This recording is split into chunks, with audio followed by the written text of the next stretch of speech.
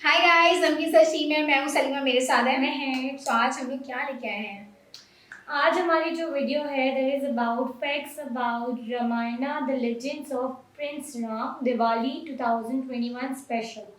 So no idea about this video, हम इसको start करते हैं, देखते हैं क्या है। आई थिंक दिवाली का है और कुछ फैक्ट्स भी बताए गए हैं इससे रिलेटेड। सो हमारे लिए तो बहुत ज़्यादा जो है ना वो एक इन्फॉर्मेटिव वीडियो होगी है। सो डायरेक्ट स्टार्ट करते हैं। और ये वीडियो हमें हमारे किसी सब्सक्राइबर ने ही भेजी थी कि आप इस पर प्लीज़ हमें रिएक्ट करें, तो हमने डायरेक्ट ही खोली है। So let's start the video. और इसके साथ अगर आपके पास में कोई आपकी वीडियोज़ हो तो आप हमें वो ज़रूर बता सकते हैं।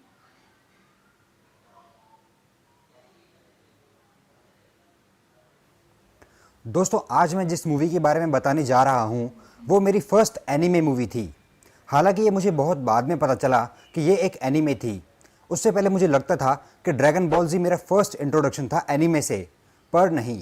ये मूवी मैंने तब देखी थी जब हमारे यहाँ केबल टीवी नहीं था, और ये मूवी मैंने या तो दूरदर्शन पे देखी थी या फिर मैंने डीडी मेट्रो पे देखी थी। वैसे मुझे ठीक से याद नहीं। तो चलिए जानते हैं इस एनीमे से जुड़ी कुछ बातें, जैसे इससे जुड़ी कंट्रोवर्सी क्या थी, इंडिया जापान के लिए ये मूवी इतनी स्पेशल क्यों है, और ऐसी बहुत सी इंटरेस्टिंग बातें। तो लेट्स बिगिन।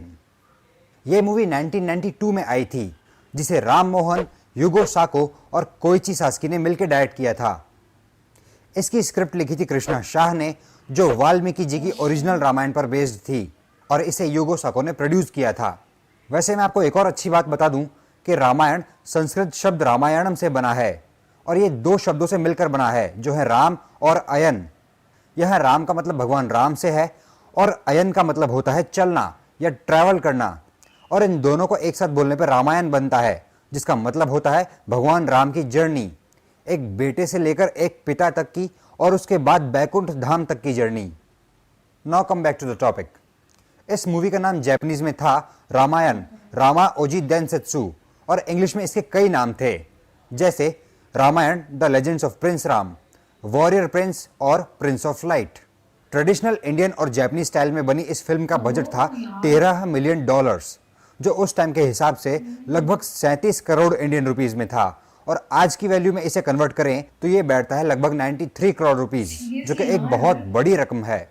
वेल, इसका बजट इतना हो भी क्यों ना, इसके डबिंग के ही 3 वर्जन्स हैं। इसका ओरिजिनल वॉइस ओवर इंग्लिश में था, जिसे हिंदी में डब किया शत्रुघ्न सिन्हा, अरुण गोविल, अमरीश पुरी और नम्रता साहनी जैसे पॉपुलर सेलेब्स ने। वहीं इंग्लिश के second version the Prince of light title से जेम्स अर्ल जोन्स और ब्रायन क्रैंस्टन जैसे पॉपुलर सेलेब्स ने इसे डब किया। ब्रायन क्रैंस्टन को तो आप जानते ही होंगे, इन्होंने Power Rangers, John Carter, Batman, Madagascar 3 और ब्रेकिंग बैड जैसे वर्ल्ड फेमस प्रोजेक्ट्स में काम किया है।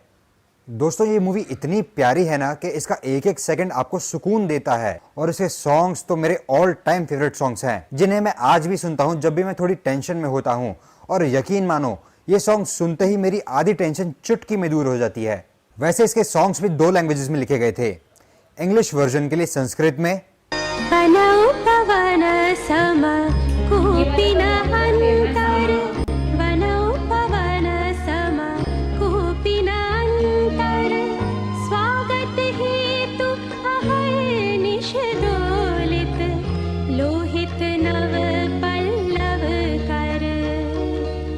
और हिंदी वर्जन के लिए हिंदी में पंचवटी मन भावन उपवन, पंचवटी मन भावन उपवन, जिस उपवन में मन को मोहे, श्री रघुवर की चितवन। जिसे कविता कृष्णमूर्ति, उदित नारायण और विनोद राठौड़ जैसे पॉपुलर सिंगर्स ने गाया था। वैसे तो ये मूवी 1992 में रिलीज हुई थी, पर युगो साको ने इसकी तैयारी 1983 से ही शुरू कर दी थी। हुआ यूं कि 1983 में युगो साको द रामायण रेलिक्स नाम की डॉक्यूमेंट्री पर काम कर रहे थे, जो डॉक्टर बी लाल के रामायण साइट्स आर्कियोलॉजी पर बेस्ड थी। वैसे डॉक्टर बी लाल बहुत बड़ी हस्ती हैं। बाबरी मस्जिद एक्सकेवेशन में राम मंदिर से जुड़े प्रूफ्स जुटाने में इनका बहुत बड़ा हाथ था। तो जब युगो साको इस प्रोजेक्ट पे काम कर रहे थे तो उन्हें रामायण के बारे में पता चला। उन्होंने रामायण पढ़ी और उन्हें वो इतनी पसंद आई कि डीप रिसर्च के लिए उन्होंने 10 से ज़्यादा वर्जन्स पढ़ डाले रामायण के। फिर उन्होंने इस पे मूवी बनाने की सोची, पर वो लाइव एक्शन मूवी नहीं बनाना चाहते थे क्योंकि उन्हें लगता था कि लाइव एक्शन मूवी रामायण को अच्छे से समराइज नहीं कर पाएगी और जो एक्सप्रेशंस और इमोशंस है इस एपिक के वो अच्छे से कैप्चर नहीं कर पाएगी। इसलिए उन्होंने इसे एनिमेशन फॉर्म में बनाने का सोचा, जिसके लिए वो इंडियन एनिमेटर राम मोहन से मिले और ये मूवी इंडिया में बनाने की इच्छा जताई, जिसके लिए इंडिया में 450 इंडियन और जापानीज एनिमेशन आर्टिस्ट, डिजाइनर्स और हिस्टोरियंस की एक टीम बनाई गई, जहां जापानीज एनिमेटर्स को इंडियन एनिमेटर्स ने इंडिया के कस्टम्स, ट्रेडिशंस और कॉस्ट्यूम्स के बारे में काफ़ी कुछ सिखाया ताकि रामायण से जुड़ी एक एक डिटेल अच्छे से कैप्चर हो सके। पर युगो साको का ये सपना उस टाइम टूट गया जब द ने युगो साको की डॉक्यूमेंट्री के बारे में लिखा कि वो खुद की एक नई रामायण बनाने जा रहे हैं। इसके इस गलत इंटरप्रिटेशन से बवाल मच गया और विश्व हिंदू परिषद ने जापानीज एम्बेसी को एक लेटर लिखा और कहा कि रामायण हमारा नेशनल हेरिटेज है और कोई फॉरेनर उसमें अपनी मर्जी से बदलाव करके उस पर मूवी बनाए, ये नहीं हो सकता। फिर युगो साको ने वीएचपी वालों से मुलाकात की और उनकी ये मिसअंडरस्टैंडिंग दूर की और रामायण पर एनिमेटेड मूवी बनाने का आइडिया पेश किया वीएचपी और इंडियन गवर्नमेंट को। पहले तो भारत सरकार ने हाँ कह दी, पर फिर ये कहते हुए मना कर दिया कि रामायण एक सेंसिटिव मुद्दा है जिसे कार्टून फॉर्म में नहीं दिखाया जा सकता। युगो साको ने बहुत कोशिश की ये समझाने की कि भाई ये जापानीज एनिमेशन सिर्फ कार्टून नहीं है, ये बहुत सीरियस आर्ट है जापान की, जिससे आपकी रामायण को पूरी दुनिया में फैलाया जा सकता है।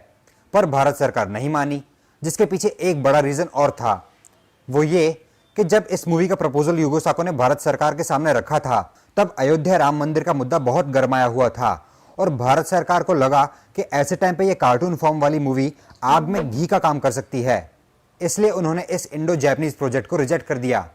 पर मूवी तो बनानी थी युगो साको को, तो उन्होंने उन सभी 450 आर्टिस्ट को जापान बुला लिया और वहां ये मूवी बनाई गई।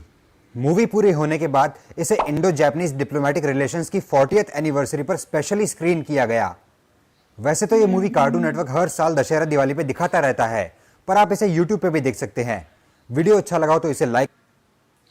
अच्छा, तो ये वीडियो बहुत ज़्यादा इन्फॉर्मेटिव थी हमारे लिए। और दूसरा ये कि इस तरीके के जो भी एनिमेटेड जो कार्टून्स होते थे, एनिमेटेड आती थी, ये सारी जो स्टोरीज होती थी, वो मैंने भी पर्सनली बहुत ज़्यादा देखी है पोगो पर और कार्टून नेटवर्क के चैनल्स पे, और हम लोग बहुत शौक से देखते थे और हमें उस वक्त बहुत मज़ा आता था देखने में।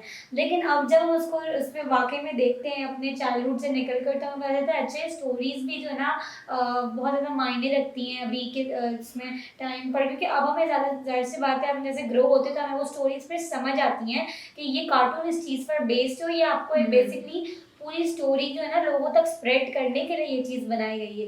पहले हम वो फन में देख लेते थे चाइल्डहुड में अपने। अच्छा, ये जो सॉन्ग बीच में चलाया था स्टार्टिंग में, ये बहुत ही फेमस जो है ना एक सॉन्ग है और इसकी ट्यून से ही मैं समझ गई कि यार ये तो हमने बहुत सुना हुआ है।